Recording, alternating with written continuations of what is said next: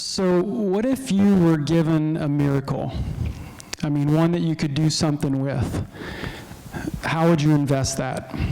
And 20 years ago, when I moved to downtown Aurora and opened my business, the town had a terrible reputation.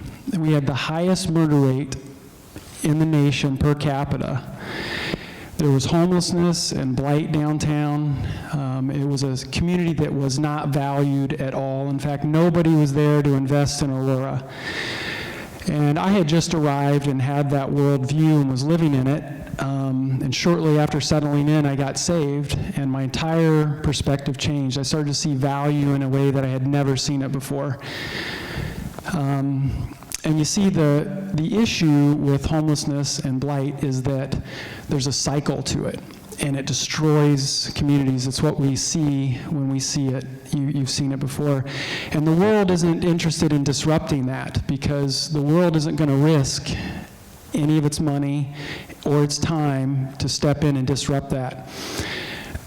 I had met Tony outside my studio, and he was drunk and growling at one of my customers as they were getting in their car, and I said, "Hey!" And he looked over at me, and he came at me, and I thought he was going to hit me. But we ended up sitting down on the step, and I knew, can't explain it, but I knew that I loved him and that we were going to be friends. So 12 years, Tony was in my studio and in my home and in my life and my family's life.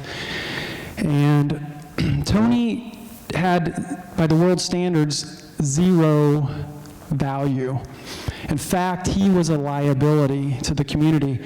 He had a routine. His routine was liquor store, emergency room, police station, repeat, for 40 years. He was a homeless veteran on the streets of downtown Aurora for 40 years, his entire adult life. His existence was outside. He lived under bridges and on the ground in a parked van. And it took us 5 years to figure out that Tony had schizophrenia and that the alcohol was a way for him to mask the voices in his head. And he would talk about it all the time. He would say, I want to die, I need to die. And we wanted to bring value into his life. And that's something that doesn't happen overnight. So we started with really practical stuff. And we started with getting his birth certificate. And then eventually his Social Security card.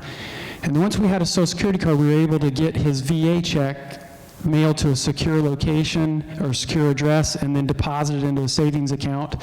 And ultimately, we found some stable housing, and finally, we found the medication that he needed for his schizophrenia.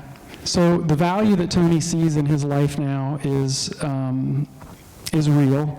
We talk to him, and he values the relationship he has with our family. But most of all, he says things that are important to hear. He says that he understands that God has blessed him. And in asking him about this talk, I said, "Hey, Tony, I'm going to share your story because you're a miracle." And he thought for a minute, and then he said, "You know, I think you're right." He gets it. He gets that he's that miracle.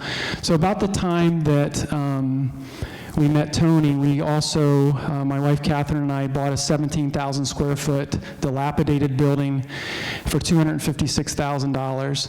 And it was perfect on the interior, big open concept, what we wanted, but the facade, 3-story facade, was going to fail and fall. So it took us 3 years to fix that facade and demo it and sandblast it, and another 2 years to find a lender that would loan us the money. And then once we found the lender, it was a government-backed loan, a 6-figure fee to use the loan, and a floating interest rate. And it was, by the world standards, the worst possible place to invest in. It hadn't been touched in 100 years, but we believed we could bring life back to it. So we got the loan, $1.7 million. Took us 5 years of 15-hour days, and we literally poured ourselves out for this building, this project. But thankfully today, I can say that it is now known as Aurora's headquarters for our 605 Innovation District. Tony and the building both needed a miracle, and we're told with a little seed of faith, a mustard seed size of faith, we can move a mountain. We are made in the image of God. All of us are made in the image of God. We're made to be creative thinkers. We are loving miracles that are literally looking for a place to invest ourselves. When I tell this story, I always think not everybody's going to find a Tony. Not everybody's going to want to renovate an old building. But we know that when we read Ephesians 2:10, we get to think of this declaration that he's made us a masterpiece. And the most important part of that is he's already laid out the work in front of us. So we're just looking for that, and it's not easy to find. You have to look really, really hard to find that. But you'll find it by looking for things that you love, and you'll look at it by finding things that you're good at and finding things that you find joy in. So I want us all to know that you are the miracle. Invest yourself well.